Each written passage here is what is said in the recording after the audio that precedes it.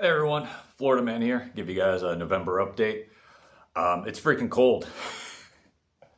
I'm in my garage right now, and I do not have enough heaters for this place. And it is, if I'm lucky, I get it to be at a steady 60. That's in Fahrenheit. In Celsius, I think it's like what, 16? 15. Yeah, it's around 15 right now in Celsius, which is, not fun, but it's quite doable here. The only issue now, of course, is the power outages. The power outages do not make life easy for us, and that's one of the things I was going to talk about in this video today. The power outages we're having.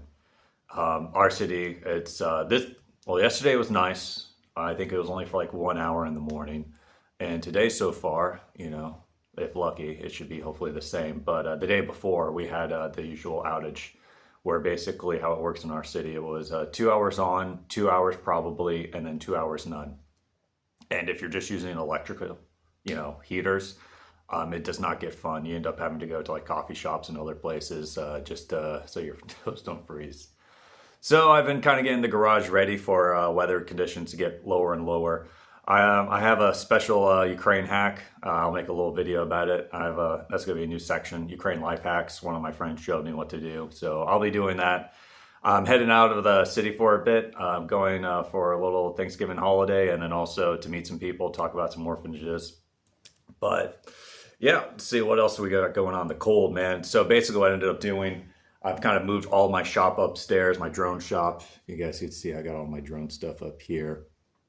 And there's that guy I'm working on right there. Just finished this last night. That was, this is for the camera mounts.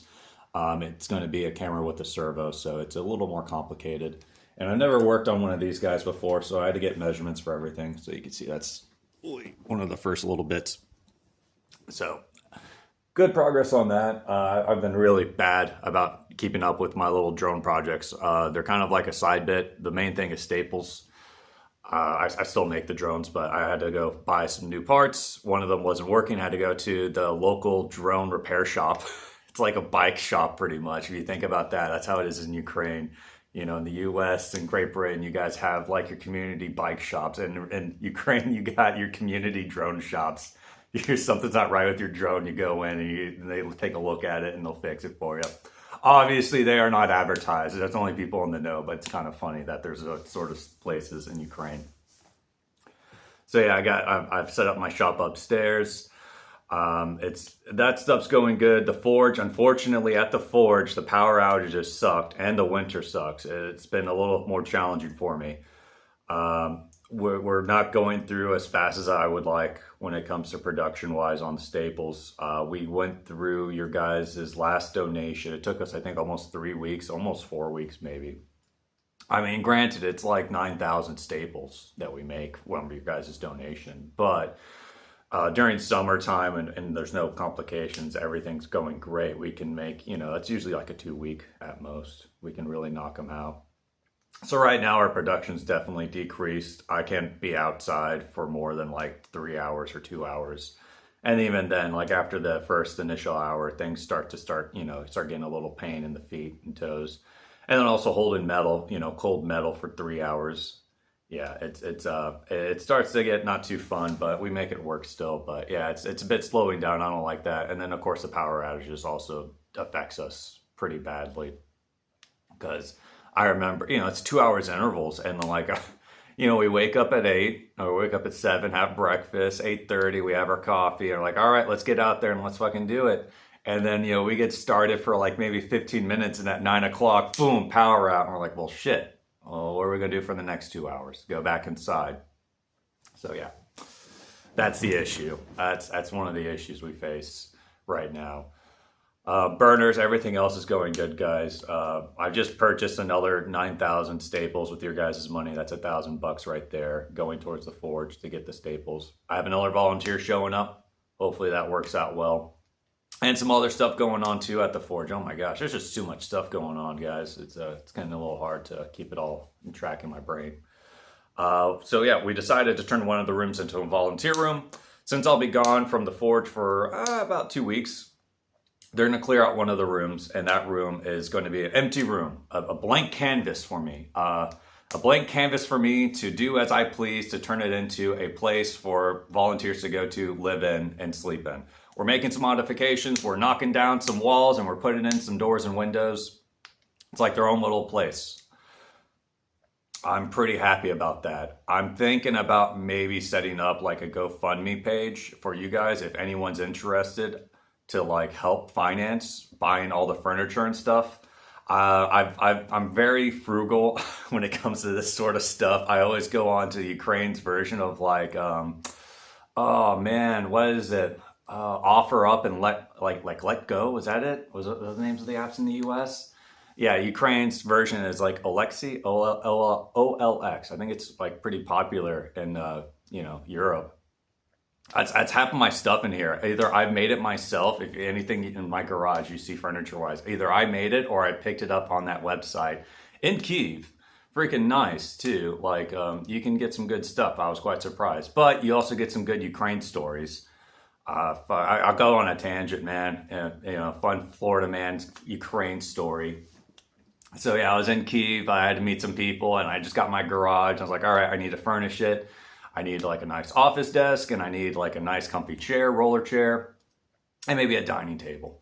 And if you go to like any brand shop, man, I mean, it's comparable to the West. I was like, fuck, dude, this is expensive, So, that's the thing. I was, when I was taking care of my mom, man, she was a bit of a hoarder. We had so much shit in the house. We had so much shit. And you'd be surprised. You're like, all right, well, she doesn't want to just throw it out. And sometimes it's too heavy to throw out. So maybe we could just find someone to take it. So we just put it up on offer up. So I'm thinking, hey, same mindset. And kind of so too. Yeah, I found some great stuff, man. I think this guy, look at this guy. That roller chair. That was 1,500 hryvnia, which is, gosh, like 30 bucks. That's 30 bucks. But the fun story is my dining table that I got. So I picked up a dining table. Nice little guy. Same thing. I think they had it for 1,500. And a common issue here in Ukraine is when you're on these sites and you're talking to someone like, all right, cool, I'll show up at this time, blah, blah, blah. I was like, all right, cool, yeah, my mom's there. So yeah, here's my mom's phone number. Go call my mom. And then, I was like, oh, fuck, dude. Because on one hand, obviously this is all in Ukrainian. And now I'm going to interact with someone who's probably in their late 60s, maybe early 70s. And you're talking about language barriers, cultural barriers. Oh man, when I first got there, I had to wait outside. It was during winter as well, and so I sent him a message like, "Where is it, dude?" He's like, "Oh, it's next to the hostel here." And then I'm trying to call the other person, and that person, the old lady, she had to put in contact with like another sibling. So in no way was I directly contacted anymore. The guy who posted it. I guess it's just weird how it works here sometimes. So anyway, finally, I get inside the place. I have the one guy helping me. And of course, the furniture is made with Allen keys. It's all set with Allen key sets. They don't have any Allen keys. I don't have any Allen keys. And so we try to take it out whole first time. Almost break a window or two. And I'm like, dude, this ain't going to work. Stop. Just I'll come back tomorrow. Get yourself an Allen key. But the grandma pretty much, yeah, she was like in her mid 60s. She, when I first got there, I was still at the table now. She upped the price on me. I had a firm price, and then she upped the price on me, and I was like, "Bitch, no, I'm a volunteer. This is how much you said it was going to cost. I'm going to pay this much." She saw that I was a foreigner. She's like, "Oh, I could charge a foreigner more." It's like, no, it doesn't fucking work like that. Once you set a price, you don't get to go up on the price. We can haggle down, but you're not going to go fucking up. So I got pissed at her. And then she accused me of stealing something from her place. And then she fucking started patting me down. And I couldn't fully understand her because she was speaking Surgic too. So I was like, what is going on here? She was literally putting her hands in my pocket. Like, what? Did you take my... I was like, what's going on? No, I didn't take anything. I'm right here. And she was like, oh, okay. And I was like, it was one of the craziest, weirdest, like... I mean, I'm from Florida, and I've had some funny conversations on OfferUp, but I was like, oh my God, dude, I don't want to do this again. And so I've turned down like another time when I was going to pick up like some extra chairs for downstairs. And like, oh yeah, it's my grandpa, you just go. I was like, no, not dealing with it. I ain't dealing with old people in Ukraine unless, I have you there to help me out. it's going to be another crazy Ukraine story. So yeah, we're building a volunteer room for people to sleep in, live in, kind of like a self-contained area. So Ramon and Dina could have their privacy, their own house, and then volunteers could have their own place at the forge. Everyone could be happy. So that's going to be my pet project once I get back to the forge after this little trip. So, yep, thinking about GoFundMe page. I got a lot of stuff going on right now. So, another big stuff right now, we have 2 organizations we've created. The Ukraine one is being processed right now. The US one, hopefully my friend has put it in the mail. It's been submitted. So I have a beginning of a 501c3 in the US. So if there's any US donators, that will be something to look forward to. Unfortunately, right now, because it's almost end of the tax year, I'm not going to try to have it completely done by the end of this tax year and get tax exempt status from the organization for this year, because that's just going to be a pain in the ass. So starting of the new year, hopefully I'll have everything squared away so I can start taking donations from the US that can be tax deducted. On the Ukraine side, yes, we are making an organization for the Ukraine side, a Hermanska Organizacja. That is like the generic NGO, like social organization. They don't have to be charitable, non-charitable, but it's going to be the nonprofit for the Forge. And from that, I'll be making some websites. I'll be making, well, one for the US one for the Ukrainian one, emails, advertising. We might start selling souvenirs. I've been talking about, like, we have souvenirs. That's what they used to do before the war. They were artists and blacksmiths that made like decorative stuff. There's a shit ton of war metal all over the place that you can use and you can refurbish into something far more decorative. We have a couple items. I should have brought them upstairs with me. They're downstairs. But yeah, I might post those up and I'll see about the logistics of getting those shipped out of country. So that could be a good way to raise money as well. So 2 organizations being created. I'm going to have to be much more clear with my financing for all organizations now. Your guys' donations have been helpful. Obviously, it's slowed down a bit. I haven't been making much content, but it's still enough right now to keep the Forge running at a decent pace. But once we get extra hands, once hopefully I get more people showing up, we can start doing bigger and better projects. There's one project I kind of had to turn down, which I thought would have been great content. I got a request from a guy. He wanted me to make him a Maxim machine gun mount, a tripod stand. And I had to double check to make sure he was talking about, like, you mean that really old machine gun? He was like, yeah, that really old machine gun. They're using them. I guess they have warehouses of them still that have been unused, non-used.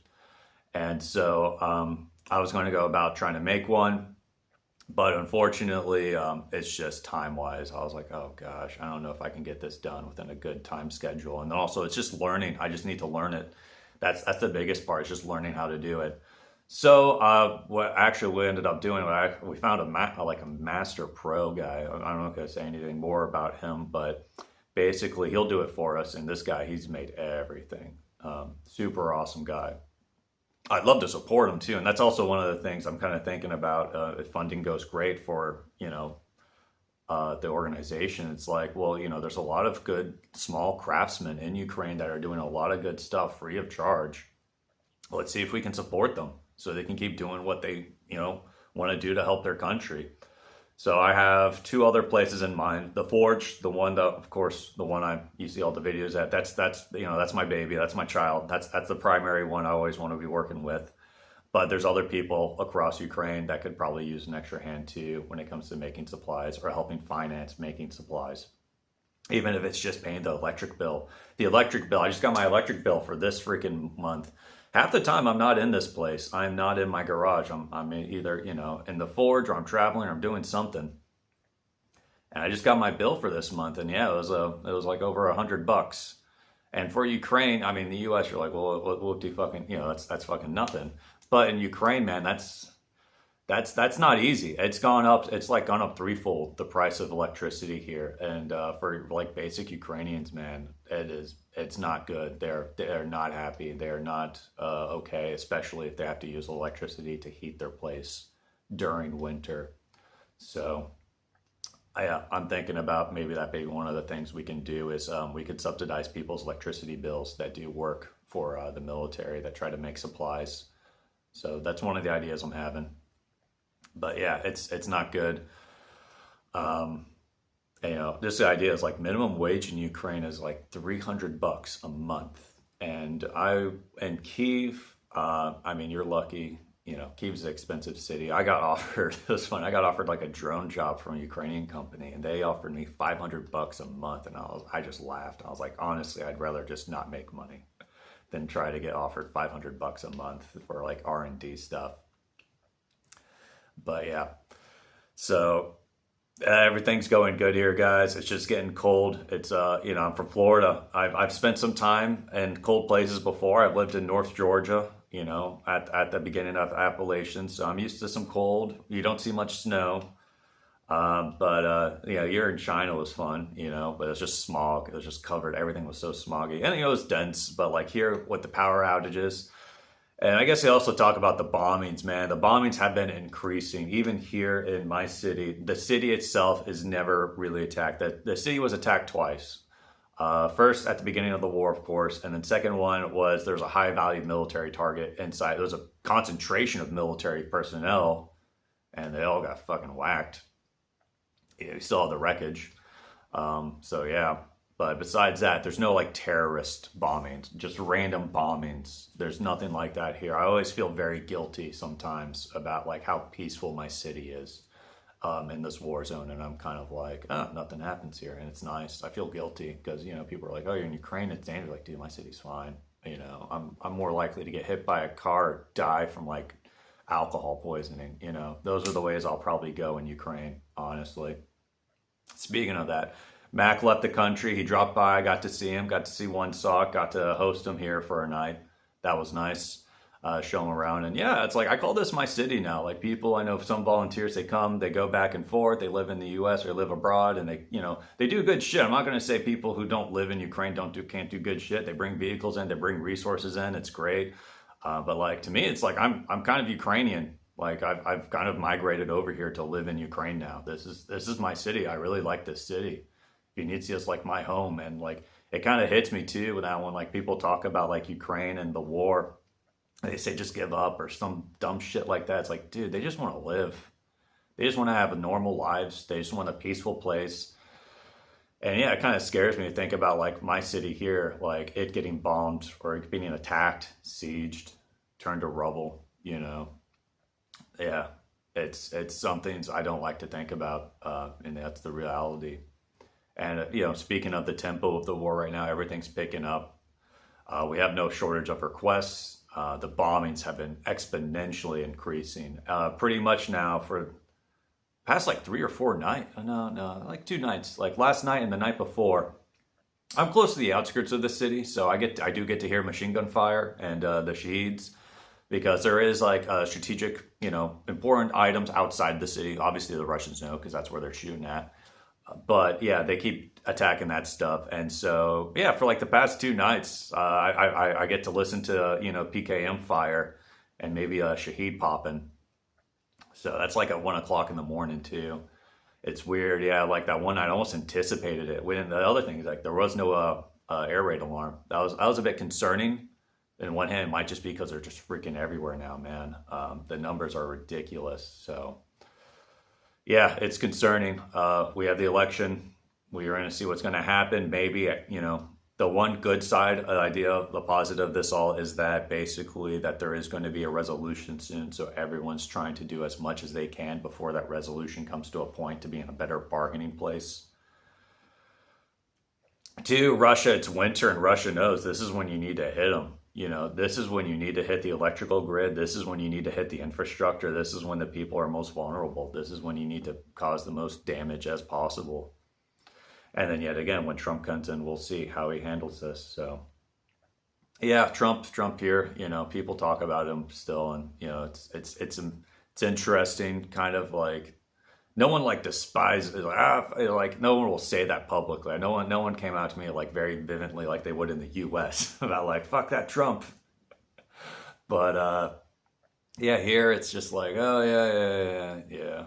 So I don't know, man. It's concerning. But we're just gonna keep doing what we're doing here. So I'm about to head out, get on a train, meet some people, hopefully help some kids out this winter. So that's Florida, man.